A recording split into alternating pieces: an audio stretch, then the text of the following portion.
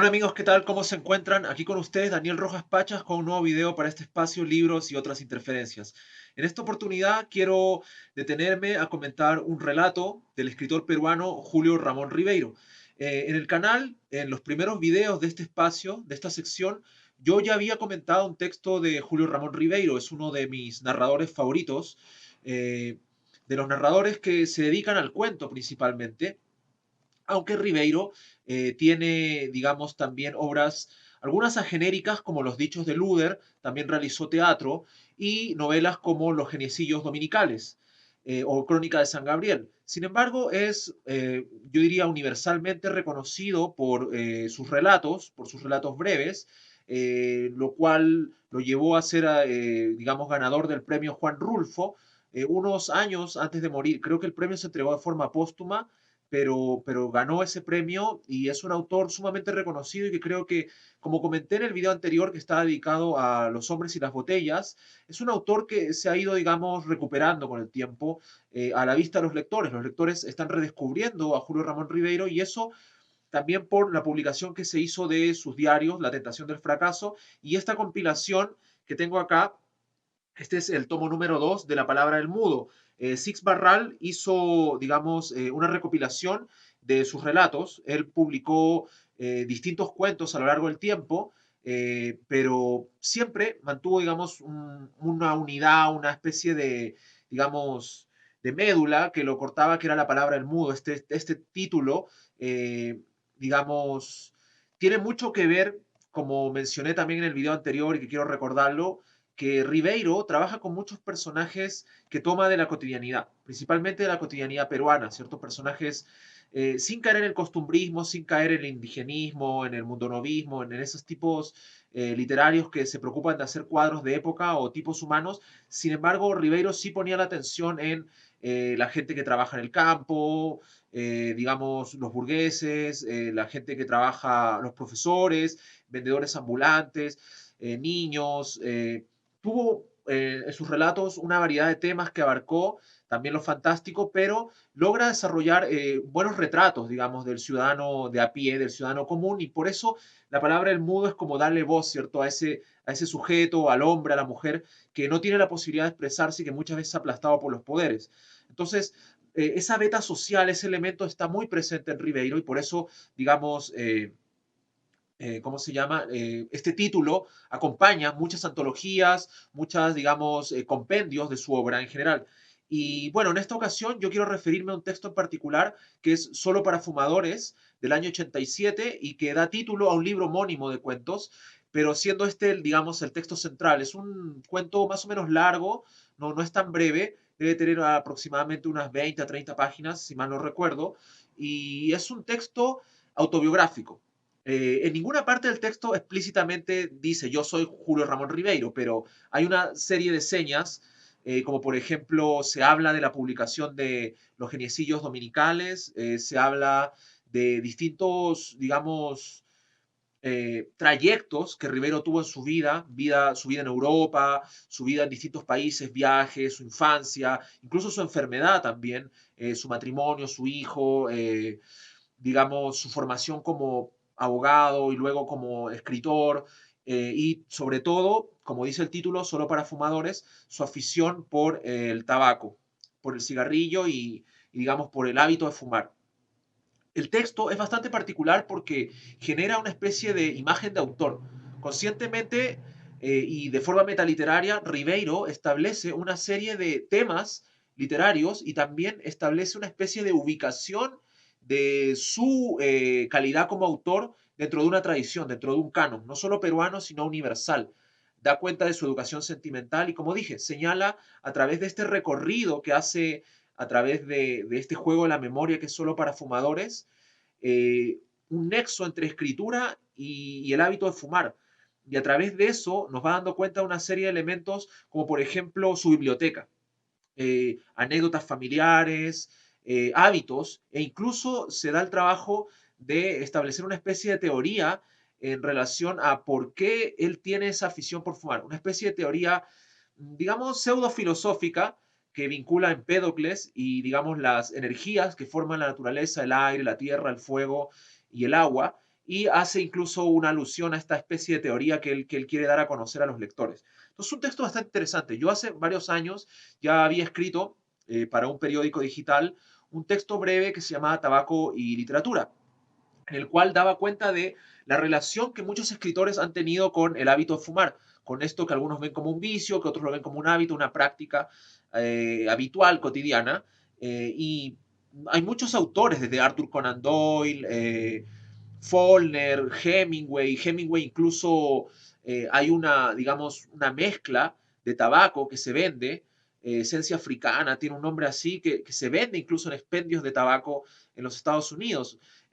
André Gide, Flaubert, Mark Twain, Italo Svevo, algunos han dedicado incluso parte de su obra o han introducido personajes como Hans Castorp en la obra de Thomas Mann, o sea, personajes que giran en torno al tabaco, bueno, Sherlock Holmes, ¿no? Con su pipa, entonces es parte de la imagen de los personajes, pero también es una forma que los autores tienen de proyectar, digamos, estos elementos que son vitales para ellos. Así como la escritura, hay elementos que son vitales para los escritores y que de algún modo están reflejados en, digamos, su escritura, en esta especie de etos discursivo que tienen.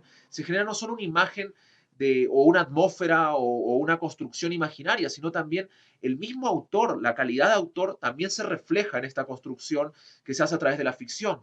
Y en el caso de esta obra de Ribeiro, a través de esta ficción autobiográfica, ¿no? Que también da cuenta de esta afición que él tiene y, como dije, cruza distintos aspectos de su vida, desde lo familiar, lo personal, lo íntimo, la intrahistoria y también, obviamente, los elementos que tienen que ver con el canon, ¿no? Con el formar parte de un campo cultural, con, no sé, lo que va relacionado también con la prensa, la crítica, cómo lo ven los lectores, también eso está reflejado en este cuento, pero todo va a girar en torno al tabaco.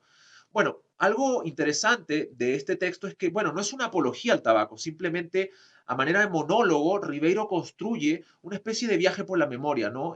Una especie de regresión que va hacia la infancia, desde la infancia empieza a avanzar y va generando una especie de cruces con distintas marcas también de tabaco. Eso es muy interesante porque, bueno, estamos hablando de los 80, ya vimos en una época en que la publicidad, en que obviamente el posicionamiento a través de una imagen, la figuración, ¿cierto? Son muy importantes en un mundo mediatizado, en un mundo, en una sociedad del espectáculo, ¿no? En un mundo en donde realmente la imagen y también, digamos, lo visual es sumamente importante. Hoy, por ejemplo, más que nunca, ¿no? Hay personas que construyen una imagen, venden una figuración del yo a través de las redes sociales. Bueno, aquí no estamos hablando de ese mundo, pero sí ya un mundo de publicidad, un mundo de MTV, un mundo del inicio de la televisión por cable, un mundo de una prensa amarillista más incluso punzante con la televisión, con el espectáculo, con la farandulización de la sociedad. Entonces,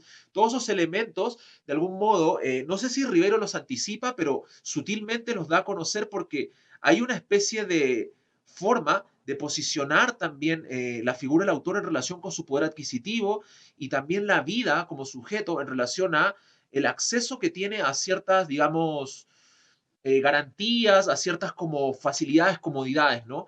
Parte, por ejemplo, señalando que su primera experiencia con el cigarro se lo dieron unos Derby. Luego habla de los Chesterfield.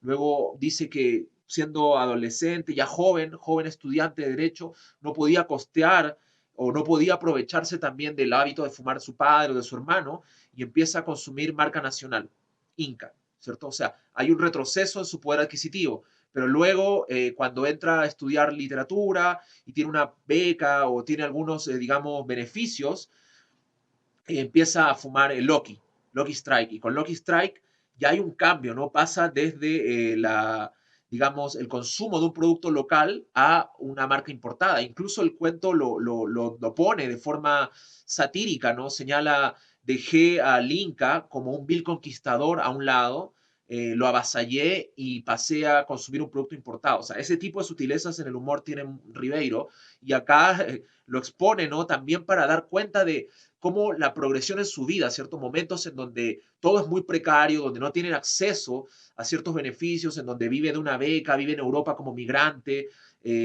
sufre también cierto tipo de marginación o no logra acostumbrarse también a las prácticas de vida de un país en el cual no se habla su lengua, se tiene que ver privado, ¿no? De consumir marcas como Camel, Derby, Marlboro, con la cual también tenía un juego de palabras que era formar anagramas, ¿cierto? A través de las letras que forman Marlboro, ¿no? Entonces, hay una serie de elementos sumamente vitales que tienen que ver con también la presencia de las marcas, ¿no?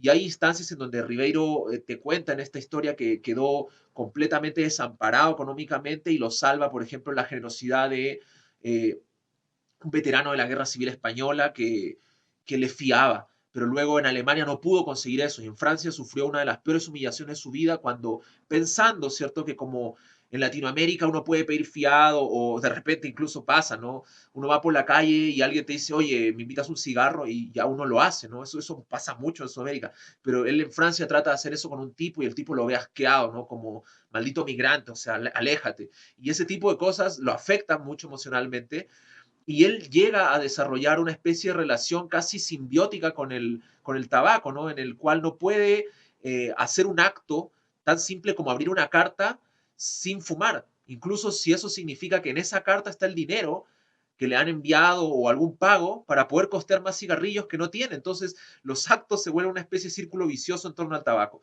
Es muy interesante realmente el cuento, como digo, hace una especie de escrutinio por distintos elementos de la vida literaria y también íntima del autor. Señala, por ejemplo, una historia de sus tíos, muchos que fallecieron de cáncer, uno de ellos que en una ocasión, aislado, ¿cierto?, en un viaje familiar a una zona de la sierra peruana, desesperado porque no llegó el proveedor que les llevaba comida, que les llevaba las provisiones para ese largo viaje fin de semana, el tío se manda a campo traviesa a buscar con una lluvia terrible, con lo agreste el camino, e igual en busca del cigarro y en el camino vuelve y dice que llega todo empapado, sucio, lleno de barro, pero triunfante con un cigarro, ¿no? En la boca.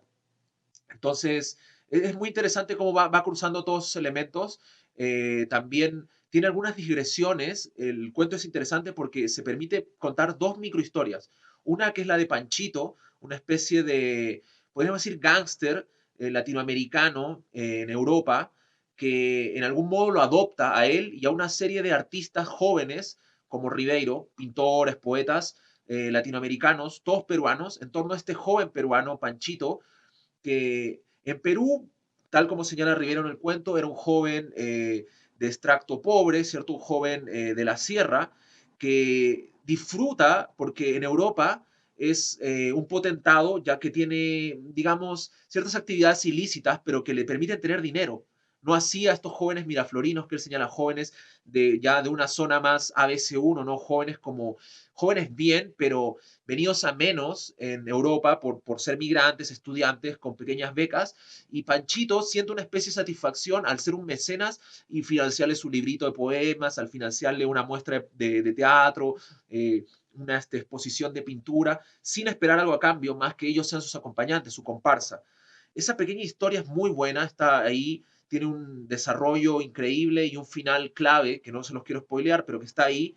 También está la historia de una pareja alemanes que lo aloja y que lo ve involucrado a Ribeiro en una especie de misión de rescate del departamento que se empieza a incendiar y luego inundar. También no se los voy a contar, pero está ahí. Entonces, Ribeiro se da el trabajo de introducir estas pequeñas historias que cruzan el tema, obviamente, del cigarro, porque con Panchito compartía Palmol, fumaban eso, y los alemanes le regalan una maquinita para rolar cigarros. Entonces los salvan durante un crudo invierno. Entonces hay todo un elemento ahí muy interesante que Ribeiro logra introducir dentro de este macro relato, pequeñas historias, pero a la vez, como digo, hay momentos memorables, como cuando hace una especie de, no sé si recuerdan en el Quijote, cuando está el escrutinio de la biblioteca del Quijote y se empiezan a señalar los libros de caballería, los distintos textos que forman la educación sentimental de Quijano. Bueno, acá es algo similar, cuando Ribeiro se ve sin la posibilidad de seguir consumiendo porque cigarros, porque se quedó sin dinero, empieza la venta de sus libros. Empieza la venta de sus libros y ahí hay una especie de escrutinio, ¿no? De su educación sentimental. Vende unos cuentos de Chekhov, libros que estuvo arrastrando por dos continentes, por varios países en Europa. Finalmente se ve desesperado, ¿no? Por una cajetilla dice que vende su copia, no sé, de Flaubert, sus libros de Dostoyevsky, no sé. Ahí hay una serie de autores que menciona Y lo chistoso es que cuando ya se ve desesperado, vende algunos ejemplares de un libro autoeditado que tenía, de un libro que le publicaron en Perú y que, bueno, los libreros le dicen, no compramos esa basura, ¿no? O sea, véndalo por kilo, venda el papel ahí para que lo destruyan y le den algo. Entonces, hay ese tipo de sutilezas también que tiene Ribeiro para mostrar cómo él forma parte de un canon también. Muy interesante el tema del cigarro, la literatura y distintos vicios, o sea, Bukowski, el alcohol, Malcolm Lowry, ¿no? Tenemos también autores que consumían opio, los que consumían lisérgicos, ¿no? Burroughs, Ginsberg, toda esta fijación con la ayahuasca, ¿no? El tema también de los autores autocobayo, como los llama Paul Preciado, ¿no? Ella con la testosterona, él con la testosterona, Freud con la cocaína, no sé, Michaud, y también Walter Benjamin con la morfina. Entonces, estos autores que experimentan con su cuerpo y drogas y sustancias, químicos y elementos, ¿no? Bueno, acá no está en eso, pero sí hay una relación, como digo, o sea, hay una vinculación importante, ¿no? Benjamin tiene los diarios de la Chis. Bueno, aquí no es un diario, pero sí es un texto autobiográfico y, como digo, hace una relación interesante entre el tabaco y la literatura y que creo que es algo que se puede, digamos, comentar. Le voy a dejar en la descripción del video un link para que puedan leer el cuento. Tengo una página de años dedicada a Ribeiro donde he subido artículos de otros, artículos míos, links a cuentos del autor, así como tengo una de Link, que también es un autor de mis autores predilectos de la poesía y la narrativa.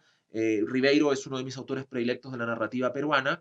Y ahí le voy a dejar el link justo para el cuento solo para fumadores, pero también van a poder encontrar otros relatos y descargables donde están libros completos de Ribeiro, sus novelas, su colección de cuentos, La palabra del mudo también completa. Y también les voy a dejar un pequeño link a ese texto antiguo que tengo de Tabaco y Literatura, porque hay algunas referencias interesantes y curiosas, no solamente de autores que han llevado esto a las obras literarias, a las novelas, también está en el cómic, pero también, por ejemplo, sin ir más lejos, Jim Jarmusch tiene esta película Coffee and Cigarettes, su relación con Paul Auster está documentada, ¿cierto?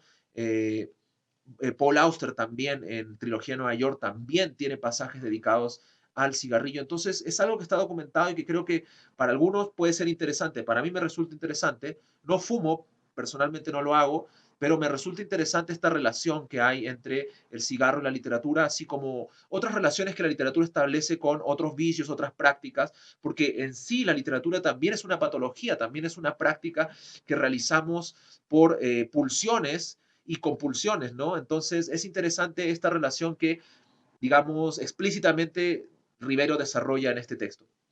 Y quiero cerrar el video señalando algo que me parece muy interesante de mencionar, que está en el texto que les digo que escribí sobre tabaco y literatura, pero que también me gusta como anécdota porque no me acuerdo dónde lo leí, creo que fue en algo de Paul Auster o quizá en otra parte, pero es lo que hizo Bakhtin, ¿cierto? Este crítico literario ruso sumamente importante, padre del dialogismo, autor que desarrolló el tema del carnaval, ¿cierto?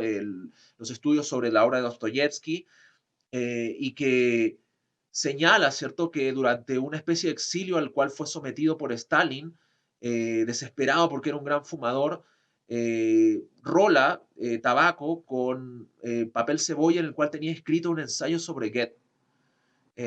Y confiado de que luego podría recuperar un manuscrito original que tenía en la capital rusa, no contaba con que el edificio donde estaba ese manuscrito fue bombardeado y obviamente toda esa obra de Goethe se perdió para la historia de la humanidad. O sea, sabemos lo valioso que son los trabajos de Bakhtin y toda la revitalización que ha habido en torno a su trabajo sobre Rabelais, sobre Dostoyevsky. Son trabajos sobre Goethe perdido por esto. Entonces, esos son, digamos, los niveles que también Ribeiro trabaja en Solo para Fumadores, ¿no? Mostrando la necesidad y digamos, el poder que tiene sobre él el tabaco, ¿no? Como una cosa de la cual no puedes voluntariamente desprenderte, así como tampoco a veces podemos hacerlo de la escritura.